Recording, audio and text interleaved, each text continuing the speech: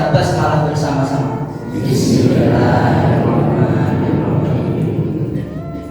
Baik, memasuki acara yang kedua, yakni sambutan dari Ketua Takmir Masjid Darussalam, Ustadz Bapak Dr. Haji Andi Dermawan. Kepada beliau waktu dan tempat dipersilakan.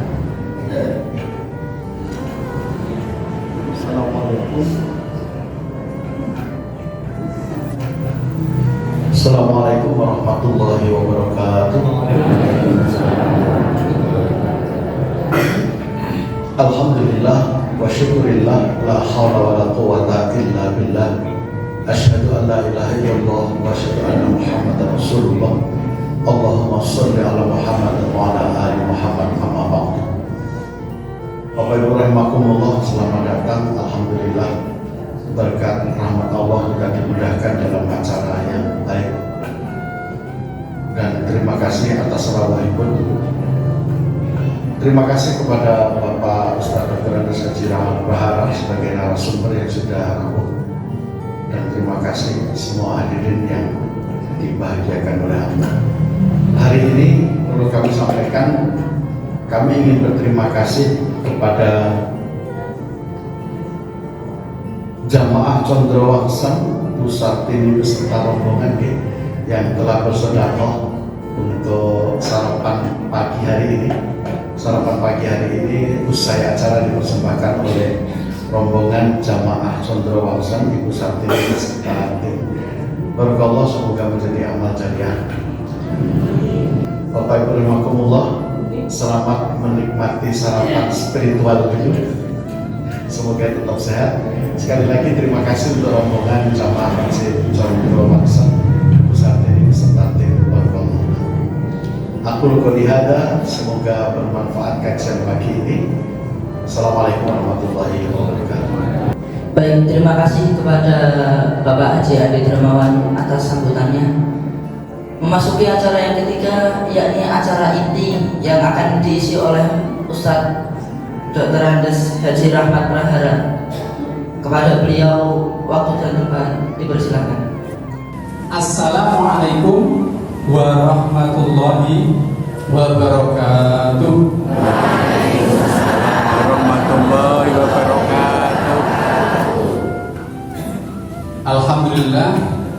Alhamdulillahirabbil alamin. Wassalatu wassalamu ala asrofil anbiya'i wal mursalin, nabiyyina Muhammadin wa ala alihi wa sahbihi ajma'in. Amma ba'du. Sebelum saya menyampaikan materi kajian pagi hari ini, ada 3 yang akan saya sampaikan terlebih dahulu sebagai pembukaan. Yang pertama, Bapak Ibu, hari ini tepat tanggal 7 Juli itu kita sudah masuk tahun baru Hijriah.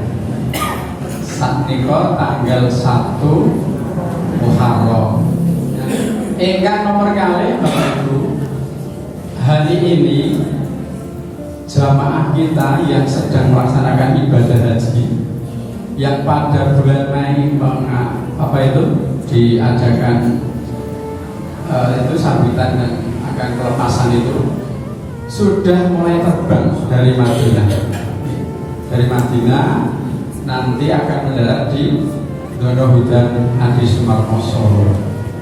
Kemudian yang ketiga, Bapak Ibu, terkait dengan materi hari ini adalah tentang Toharoh. Toharoh sebagai kajian dalam Islam. Nah, Bapak Ibu, kalau mau dari rumah sudah mandi ya? Alhamdulillah. Sudah sarapan? Jujur.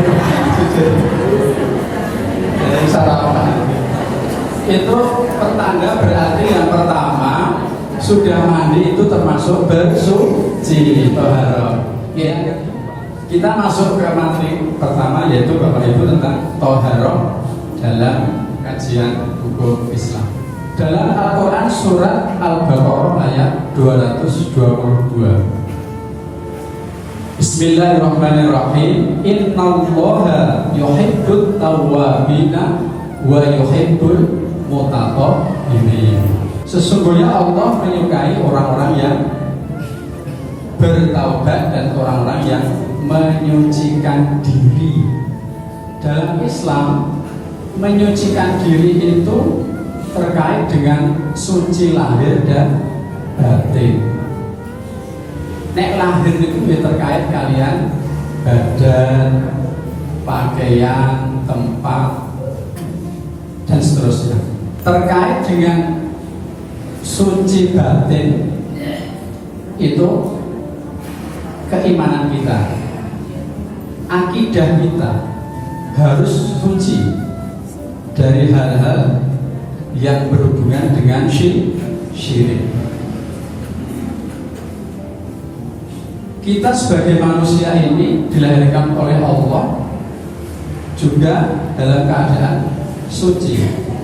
Kullu mauludin yuladu ala fitrah. Jadi kita lahir ini dalam keadaan fitrah. Fitrah itu suci. Yang dimaksud suci di situ adalah bukan uyuh nek bayi kan lahir kok yo putih, orang yang reget, itu lahirnya. Tetapi secara batin suci di situ adalah akidah itu. Nah, kajian Thaharah pada pagi hari ini akan saya sampaikan 4 materi mawon. Yang pertama tentang wudu, yang kedua mandi, dan ketiga tayamum, yang keempat apa? Istinja. Jadi thaharah kita di dalam agama Islam itu hanya ada 4 ini: wudu, mandi, tayamum, dan istinja. Wudu itu apa Bapak Ibu? Kenapa kita kok dianjurkan untuk berwudu? Ini ada dalilnya dalam Al-Quran, surah Al-Maidah ayat 6. A'udzu billahi minasyaitonir rajim.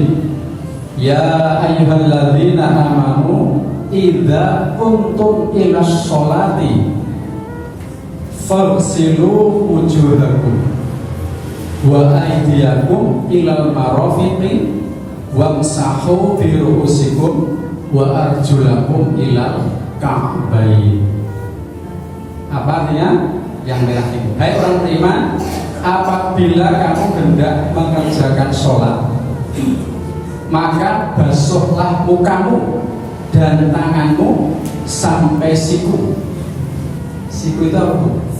Sikut ya. Orang Jawa yang bisa siku nih, sikut. Siku.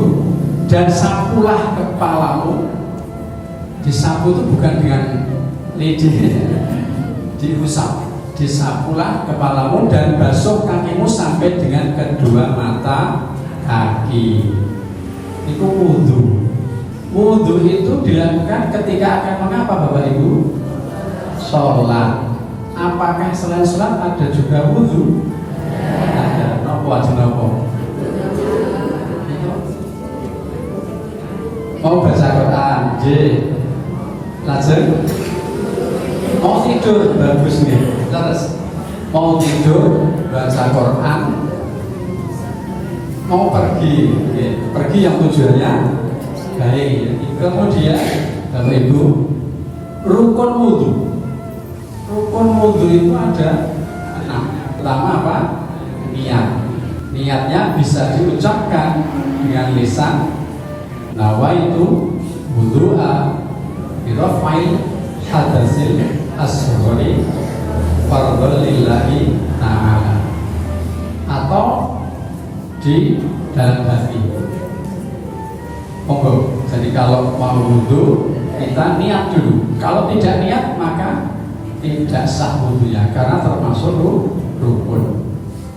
Nah, ini adalah sebenarnya kegiatan-kegiatan yang selalu kita lakukan di setiap hari ya, tentang thaharah ini. Kita selalu berkaitan, berhubungan dengan kegiatan thaharah wudu.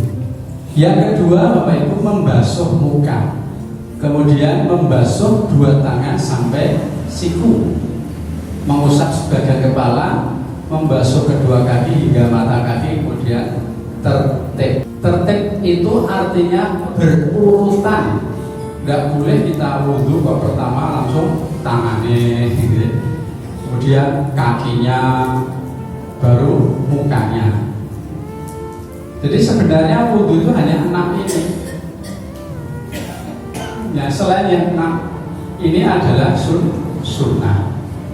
Tapi sunnah pun kita lakukan, karena sunnah itu jika dikerjakan mendapat pahala, jika ditinggalkan rugi, betul, rugi, ya.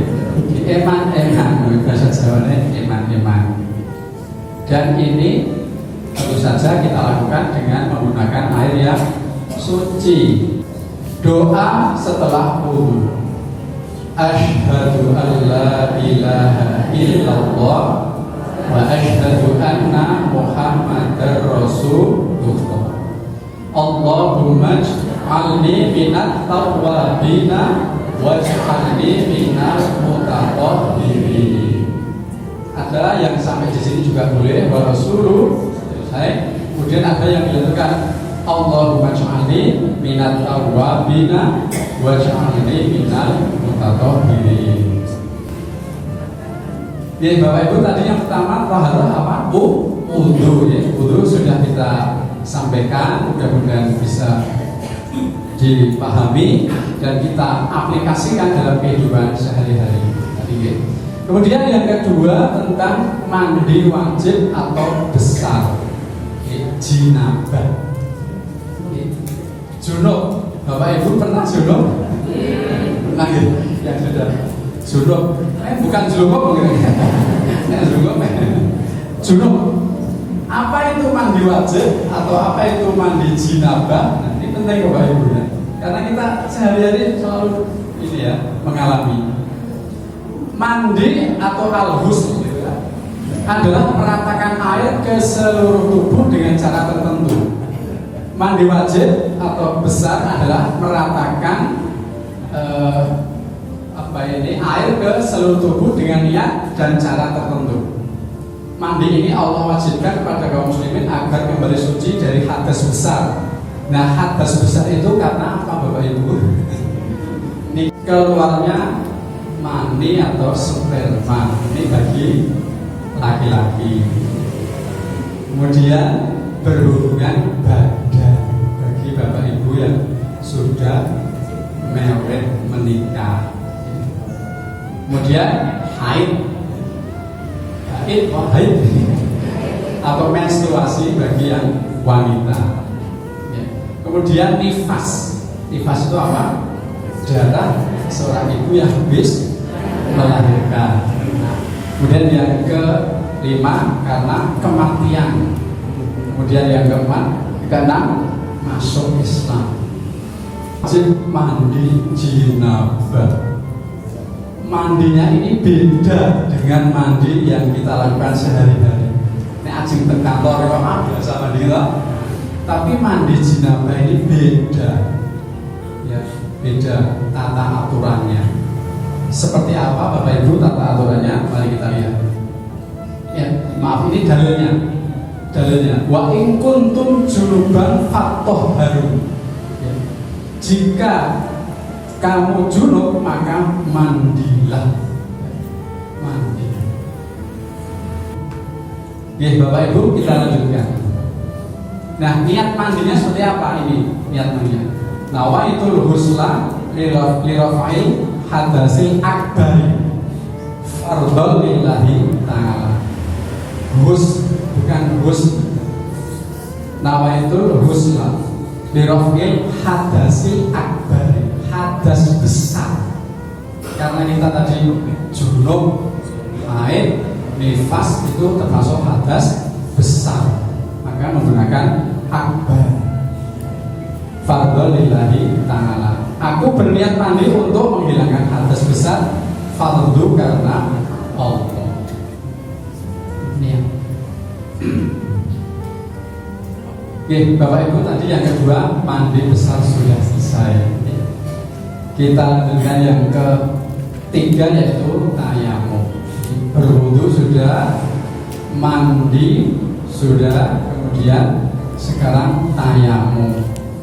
Ya, jadi cara-cara untuk bersuci itu ada 4 tadi. Yang pertama wudu, yang kedua mandi, yang ketiga tayamum. Nah sekarang apa itu tayamum? Tayamum adalah mengusapkan tanah atau hal yang atau debu ke muka dan kedua tangan sampai siku dengan beberapa syarat yang telah ditentukan sebagai pengganti wudu dan mandi. Sebab kita tayamum karena apa? Pertama karena sakit, dikhawatirkan kalau kita kena air maka sakitnya akan bertambah parah. Jadi ketika kita sakit kena air kok sakitnya lebih parah lagi, boleh kita tayamum ketika akan wudu, ketika akan sholat maksudnya. Ketika akan sholat boleh kita tayamum. Lalu yang kedua karena dalam perjalanan, ya perjalanan di pesawat tadi betul, di bis, di kereta api, ya, dan mungkin yang lainnya. Yang ketiga karena tidak ada air, tidak ada air. Ya artinya kalau untuk wudu itu sangat terbatas, tidak bisa. Apa itu dasarnya kita bertayamum? Ini dalam Al-Quran tadi Al-Maidah ayat 6. Dan jika kamu sakit atau dalam perjalanan atau kembali dari tempat buang air atau menyentuh perempuan lalu kamu tidak memperoleh air, maka bertayamumlah dengan tanah yang baik atau bersih. Sapulah mukamu dan tanganmu dengan tanah itu. Nah, pripun? Mari kita praktekkan Bapak Ibu ya. Kita praktek tayamum. Ya. Pertama-tama sapukan tangan kita, hentakkan tangan kita ke tanah. Ya. Kemudian setelah itu ditiup, ya, tiup, ya, ditiup. Kemudian sapulah ke muka. Ya. Kemudian tangan kanan, kemudian tangan kiri. Bisa sampai pergelangan saja, ya. Atau kalau mau sampai sini ya belum. Tapi cukup sampai pergelangan. Tayamum seperti itu. Mudah ya? Nah, jadi kita tidak ada alasan untuk tidak sholat karena sakit. Jika kena air, sakitnya tambah parah. Bertayamum. Terakhir adalah istinja. Cara untuk bersuci ya adalah dengan istinja. Apa itu istinja? Dalam fikih istinja adalah membersihkan sesuatu najis yang keluar dari kubur atau dubur menggunakan air atau batu dan benda sejenisnya yang bersih dan suci. Istinja. Secara umum tata cara beristinja ada 3. Pertama, menggunakan air dan batu. Cara ini merupakan cara yang paling utama. Batu dapat menghilangkan bentuk fisik najis. Sementara itu air yang digunakan harus suci dan menyucikan. Nah, pernah Bapak Ibu istinja? Nah, istinja ini kita lakukan karena tidak ada air. Misal ya, kita tadi apa di kereta api ya, keretanya tidak menyediakan air, tapi hanya tisu, ada tahu? Nah, kadang-kadang tisu yang apa itu bergulung itu ya ditarik, nah, ya, itu bisa digunakan untuk bersuci. Namanya istinja. Nah, benda apa saja yang dapat digunakan untuk beristinja? Tidak. Batu, tidak usah. Batu yang kecil-kecil saja. Berapa? 3, minimal 3. Batu 3. Kemudian daun kering, daun yang kering. Kemudian pakai tisu. Umum ini ya, tisu. Tisunya tisu apa? Tisu kering, bukan tisu basah. Kemudian kulit kayu ya, kulit kayu. Kulit kayu, tapi jarang ini ya. kalau kita jarang menggunakan kulit kayu. Mungkin bapak-bapak yang menggunakan kulit kayu ya, kayu. Tapi kayu tidak diambil ketika kita menggunakan ini. Kemudian ya, ini apa ini? Kain, kain ya. Oh ya, gitu. Tapi umumnya kita menggunakan apa? Batu, daun kering, kemudian apa? Tisu, ya. Tisu ini ya kita lakukan. Sehingga kita ini nggak ada alasan ya untuk tidak bersuci ya. Islam begitu sempurna dalam apa mengajarkan ajaran kepada umatnya. Kemudian Bapak Ibu selanjutnya hadis Nabi ini, ketika Rasulullah dari Ibnu Abbas radhiyallahu anhu, ketika Rasulullah sallallahu alaihi wasallam lewat kuburan, beliau bersabda, kedua orang ini ya, Nabi menunjukkan dalam kuburan ini ada kuburan, ilustrasi saja, sedang diazab. Mereka berdua tidak diazab karena dosa besar. Salah satu dari mereka karena tidak bersih dalam bersuci setelah kencing. Oh, ini berbibis, maaf, orang dicuci alatnya, ya, alat vitalnya. Kemudian apa? Itu diazab oleh Allah di dalam kubur. Kemudian sedangkan satunya suka melakukan adu domba atau namimah. Hadis riwayat Bukhari dan Muslim. Namimah itu apa Bapak Ibu? Adu domba ya.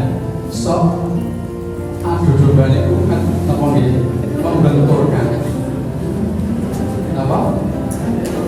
Adu nek wong Jawa tumba. Kemudian menjaga kesehatan. Kalau kita itu bersih dan suci, terjaga kesehatan kita. Siapa yang senang?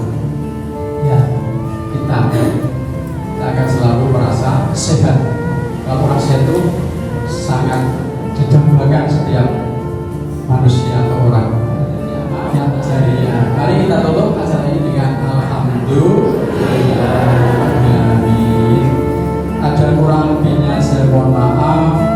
Semoga apa yang saya sampaikan bisa dipahami dan menambah sedikit pengetahuan kita tentang tobat bersuci. Baiklah Bapak Ibu, ingat yang bisa saya sampaikan, mari kita akhiri bersama dengan doa kita dari majelis. Subhanallahumma wa bihamdika asyhadu an la ilaha illa anta astaghfiruka wa atubu ilaik. Billahi taufiq wal hidayah. Wassalamualaikum warahmatullahi wabarakatuh.